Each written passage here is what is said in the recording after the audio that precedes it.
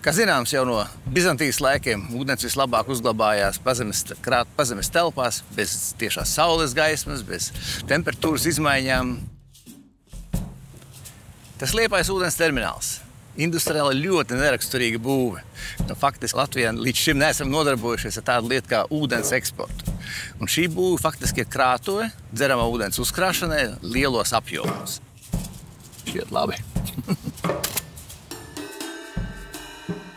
No visām citām pusēm tā ēka nav redzama gandrīz nemaz, jo viens no manām domām arī bija industriāla būve, bet faktiski viņi ir neredzami. Viņi tiek aprakta zem zemes.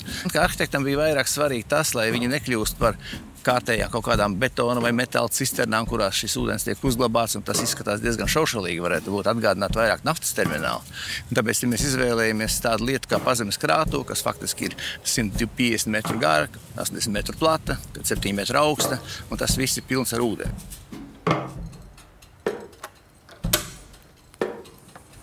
Interjers nav ārkārtīgi bagātīgs, ja? Viņš ir ļoti asketisks. Mēs redzam ēku cauri, un te jau arhitekti un arī citi speciālisti nāca un teica, vai nav stikla pa daudz. Bet pēc tam viss saka, jā, bet abās pusēs ir tik burvīgi skati, tas caurredzamība šoreiz tikai ir pluss. Ja? Tas gaitenis ir tā kā tas apvienojošais, bet mēs netaisījām pilnīgi taisni. Mēs uztaisījām viņu tā kā tādiem zāģīšiem, jo mums ēka sagriezta, un šie sagriezumi, kas ir pa to gaitē, man likās ārkārtīgi, varētu būt tādi piesaistoši, jāsaka tā, ja? Tu biji tur pilnīgi... Pa celiņam izņēma. Otrā pusē.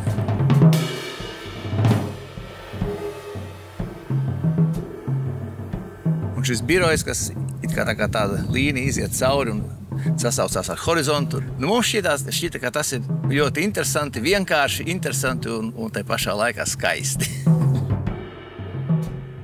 Manuprāt, būs labi. Saulīt pašā augšā tāds strīpīgi.